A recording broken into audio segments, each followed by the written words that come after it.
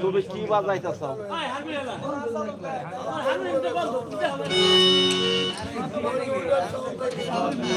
যাই হোক, একটু সবাই নেন, আপনার একটা জায়গা। আর এই যে ভাই, আপনার সাউন্ড সিস্টেম ভাই, সুন্দর করে মিক্সার করে দেন।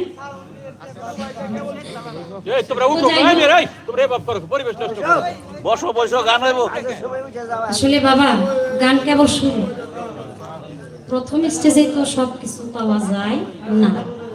ধৈর্য ধরে, ধৈর্যের ফল কিন্তু বাবা অনেক মিষ্টি, যদি ধৈর্য ধরে খাওয়া যায়।